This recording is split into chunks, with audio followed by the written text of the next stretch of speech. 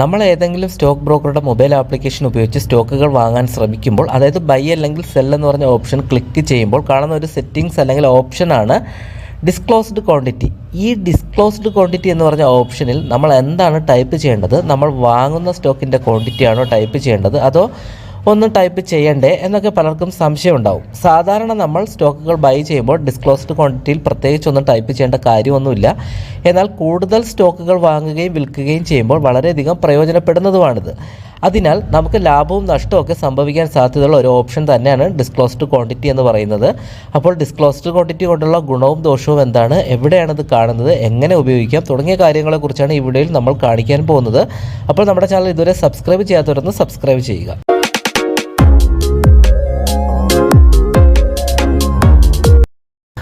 പലരും ട്രേഡ് എടുക്കുന്നത് ask bid price എന്ന് പറഞ്ഞ സംവിധാനം ഉപയോഗിച്ചിട്ടാണ്. കുറേയധികം പേരെങ്കിലും ഉണ്ടാവും. അപ്പം ഞാനിവിടെ ഏഞ്ചൽ ബ്രോക്കിങ്ങിൻ്റെ മൊബൈൽ ആപ്ലിക്കേഷൻ ഉപയോഗിച്ചിട്ടാണ് എങ്ങനെയാണ് ഡിസ്ക്ലോസ്ഡ് ക്വാണ്ടിറ്റി പറ്റി എക്സ്പ്ലെയിൻ ചെയ്യുന്നത്. അപ്പോൾ നിങ്ങൾ വേറെ ഏതെങ്കിലും ബ്രോക്കറാണ് ഉപയോഗിക്കുന്നതെങ്കിലും അതിലും ഇതുപോലൊരു സംവിധാനം ഉണ്ടായിരിക്കും. അപ്പോൾ ഞാനിവിടെ ഏഞ്ചൽ ബ്രോക്കിങ്ങിൻ്റെ ആപ്ലിക്കേഷൻ ഓപ്പൺ ചെയ്തു. അതിനുശേഷം വാച്ച് ലിസ്റ്റിൽ നിന്നും ഒരു സ്റ്റോക്ക് വാങ്ങുന്നതിന് വേണ്ടി തിരഞ്ഞെടുക്കുകയാണ്. ഞാനിവിടെ ITC എന്ന് പറഞ്ഞ സ്റ്റോക്കാണ് ഞാനിവിടെ സെലക്ട് ചെയ്യുന്നത്. ITC സ്റ്റോക്ക് സെലക്ട് ചെയ്യുമ്പോൾ തന്നെ നമുക്കിതാ ഇവിടെ ഒരു ഓപ്ഷൻ കാണാം. പലരും ഇത് നോക്കിയിട്ട് സ്റ്റോക്ക് വാങ്ങുന്നവരും വിൽക്കുന്നവരുണ്ട്. അതായത് ഇവിടെ ബിഡ് ക്വാണ്ടിറ്റി എന്നും ആസ്ക് പ്രൈസും, അതായത് ഒരാൾ വിൽക്കാൻ എടുക്കുന്ന വിലയാണ് ഇതാ ഇവിടെ കൊടുത്തിട്ടുള്ളത്. അവർ എത്ര ക്വാണ്ടിറ്റിയാണ് വിൽക്കുന്നതെന്നും ഇവിടെ കൊടുത്തിട്ടുണ്ട്. അതുപോലെ വാങ്ങാൻ തയ്യാറാവുന്നവരാണ് ഇവിടെ എത്ര പേരെന്നും അവരെത്ര രൂപയ്ക്കാണ് വാങ്ങാൻ തയ്യാറാവുന്നതെന്നുള്ള പ്രൈസുമാണ് ഇവിടെ കൊടുത്തിട്ടുള്ളത്. അപ്പോൾ നമുക്ക്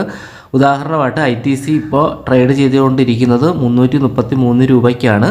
അപ്പോൾ ഇവിടെ കാണാം 333.5 പൈസയ്ക്ക് 780 പേര്, അങ്ങനെ അത് മാറിക്കൊണ്ടിരിക്കും ഓരോ മിനിറ്റിലും അല്ലെ ഓരോ സെക്കൻഡ്സിലും. അപ്പോൾ എത്ര പേരാണ് വാങ്ങാൻ തയ്യാറാവുന്നത്, എത്ര പേരാണ് വിൽക്കാൻ തയ്യാറാവുന്നത് എന്ന് നമുക്കിവിടെ നോക്കുമ്പോൾ മനസ്സിലാകും. അതുപോലെ നമുക്കിവിടെ ടോട്ടൽ ക്വാണ്ടിറ്റി നമുക്കിവിടെ നോക്കുമ്പോൾ മനസ്സിലാവും വിൽക്കാനാണ് കൂടുതൽ ആൾക്കാരും. അപ്പോൾ നമുക്ക് ITC ട്രെൻഡിങ് എന്ന് പറയുന്നത് വിൽക്കാനാണെന്ന് നമുക്കൊരു ബോധ്യമുണ്ടാകും. അപ്പോൾ ഇതുപയോഗിച്ച് ട്രേഡ് എടുക്കുന്ന പലർക്കും ചിലപ്പോൾ ഇത് നോക്കി ട്രേഡ് എടുത്ത് കഴിയുമ്പോഴത്തേക്കും നമ്മൾ വാങ്ങി കഴിയുമ്പോൾ വില കൂടുകയും നമുക്ക് നഷ്ടം വരികയും വില കുറയുകയും നമുക്ക് നഷ്ടം വരികയൊക്കെ ചെയ്യാനുള്ള സാധ്യതയുണ്ട്. അങ്ങനെ പലർക്കും സംഭവിച്ചിട്ടുണ്ടാവും. അപ്പോൾ അതിൻ്റെ എന്താണ് പ്രശ്നമെന്ന് പറഞ്ഞാൽ അതെന്തുകൊണ്ടാണ് സംഭവിക്കുന്നതെന്ന് പറഞ്ഞു കഴിഞ്ഞാൽ നമുക്ക് ബൈ എന്ന് പറഞ്ഞ ഓപ്ഷനിലേക്ക് പോകാം. അപ്പോൾ ഞാനിവിടെ ITC വാങ്ങാൻ വേണ്ടി വന്നു. ഞാനിവിടെ 100 ക്വാണ്ടിറ്റി സെലക്ട് ചെയ്യുകയാണ്. 100 ക്വാണ്ടിറ്റി സെലക്ട് ചെയ്തതിന് ശേഷം നമ്മളിവിടെ ബൈ ചെയ്യുമ്പോൾ എന്ത് ചെയ്യും? സ്വാഭാവികമായിട്ടും ഇവിടെ കാണിക്കും. നമ്മളിവിടെ 100 ക്വാണ്ടിറ്റി വാങ്ങാൻ റെഡിയാണ് എന്നുള്ളത് ഇവിടെ കാണിക്കും. അപ്പോൾ ഞാനിവിടെ 100 ക്വാണ്ടിറ്റി സെലക്ട് ചെയ്തു. അതിനുശേഷം ഇവിടെ അഡ്വാൻസ് ട്രേഡ് എന്ന് പറഞ്ഞ ഓപ്ഷനിൽ ജസ്റ്റ് ഒന്ന് ക്ലിക്ക് ചെയ്ത് കൊടുക്കുമ്പോൾ എന്താ സംഭവിക്കുക? നമുക്കിതാ ഇവിടെ ഡിസ്ക്ലോസ്ഡ് ക്വാണ്ടിറ്റി എന്ന് പറഞ്ഞിട്ടുള്ളൊരു ഓപ്ഷൻ തന്നെ കാണാം. അപ്പോൾ നമുക്കിവിടെ ഒരു 10 കൊടുത്തു കഴിഞ്ഞാൽ നമ്മൾ വാങ്ങിക്കഴിയുമ്പോൾ, നമ്മൾ ബൈ ചെയ്ത് കഴിയുമ്പോൾ ഈ സ്റ്റോക്ക് ഇതാ ഇവിടെ കാണിക്കുന്നത് 10 പക്ഷേ നമ്മൾ എത്ര രൂപയാണ്, നമ്മൾ എത്ര ക്വാണ്ടിറ്റി 100 ക്വാണ്ടിറ്റി വാങ്ങുന്നു. പക്ഷേ നമ്മളവിടെ കൊടുത്ത ഡിസ്ക്ലോസ്ഡ് ക്വാണ്ടിറ്റിയിൽ കാണിച്ചത് 10. അപ്പോൾ ഇവിടെ കാണിക്കുന്നത് 10 നമ്മൾ സെല്ല് ചെയ്യുമ്പോഴും ഇങ്ങനെ തന്നെയാണ് ഇതിൻ്റെ ഒരു പ്രൊസീജിയർ. അപ്പോൾ ഇതെന്തിനാണ് ഇങ്ങനെ ഒരു ഡിസ്ക്ലോസ്ഡ് ക്വാണ്ടിറ്റി എന്ന് പറഞ്ഞിട്ട് ഇത് ഒരു ചതിയല്ലേ എന്ന് ചോദിച്ചു കഴിഞ്ഞാൽ ശരിക്കും ഒരു ചതിയാണ്. അതായത് പക്ഷേ അതൊരു നേട്ടമുണ്ട്. നമ്മളിപ്പോൾ ഒരു 5000 ക്വാണ്ടിറ്റി ഇവിടെ സെലക്ട് ചെയ്യുകയാണ്. പക്ഷേ നമ്മൾ ഈ 5000 ക്വാണ്ടിറ്റി സെലക്ട് ചെയ്ത് നമ്മൾ ബൈ കൊടുക്കുമ്പോൾ സംഭവിക്കുന്നത് എന്താ? ഒരു നിശ്ചിത വില 333 അപ്പോൾ നമ്മൾ 332 ആണ് നമ്മളിവിടെ കൊടുക്കുന്നതെങ്കിൽ ഇവിടെ എന്ത് ചെയ്യും? അതിവിടെ ഡിസ്പ്ലേ ചെയ്ത് കാണിക്കും 332 5000 പേര് വാങ്ങാൻ റെഡിയാണ്, 5000 ക്വാണ്ടിറ്റി ആരോ ബൈ ചെയ്യാൻ റെഡിയായിട്ട് നിൽക്കുകയാണ് എന്നുള്ളൊരു കൺസെപ്റ്റ് വരും.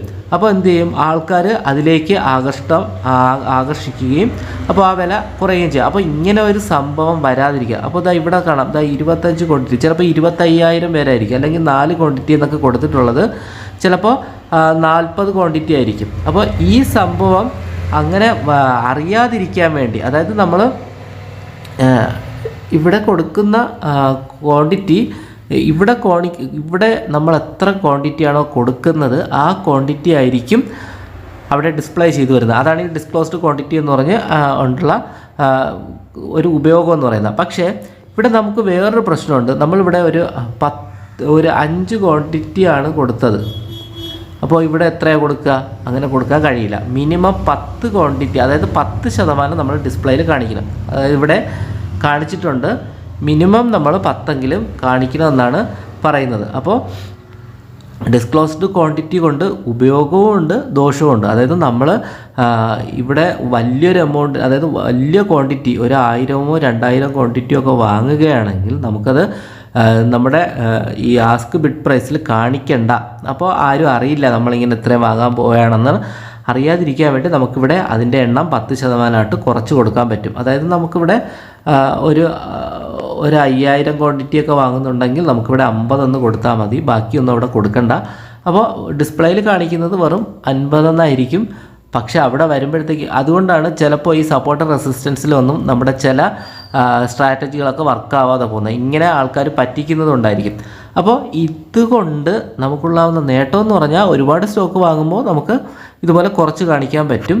അതുപോലെ ദോഷമെന്ന് പറഞ്ഞു കഴിഞ്ഞാൽ നമ്മളിപ്പോൾ ഇത് നോക്കി ട്രേഡ് എടുക്കുകയാണെങ്കിലും നമുക്ക് ദോഷം ഉണ്ടാകും. അതായത് നമ്മൾ വിചാരിക്കും വെറും 89 വരെ ഉള്ളൂ എന്ന്, പക്ഷേ അവിടെ 8000 ആയിരിക്കും സ്റ്റോക്ക് ക്വാണ്ടിറ്റി ആയിരിക്കും വാങ്ങാൻ ഒരാൾ റെഡിയാവുന്നത്. അപ്പോൾ ഇത്തരത്തിൽ അതുപോലെ ഇവിടെ വിൽക്കാൻ റെഡിയാവുന്നത് ഇവിടെ 8 2 കാണിക്കുന്നുണ്ട്. അപ്പോൾ ചിലപ്പോൾ ഒരുപാട് ക്വാണ്ടിറ്റീസ് വിൽക്കാനുള്ളതായിരിക്കും.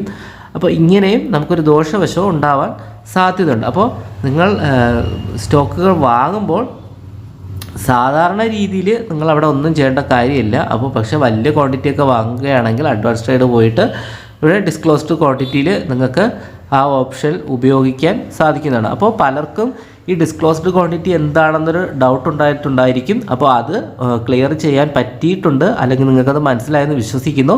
അപ്പോൾ ഏഞ്ചൽ ബ്രോക്കിംഗ് സംബന്ധിച്ചോ അല്ലെങ്കിൽ സ്റ്റോക്ക് മാർക്കറ്റ് സംബന്ധിച്ചോ ഉണ്ടാകുന്ന നിങ്ങളുടെ സംശയങ്ങൾ തീർച്ചയായും കമൻറ്റ് ചെയ്യുക. കൂടുതൽ വീഡിയോ കാണുവാൻ നമ്മുടെ ചാനലൊന്ന് സബ്സ്ക്രൈബ് ചെയ്യുക.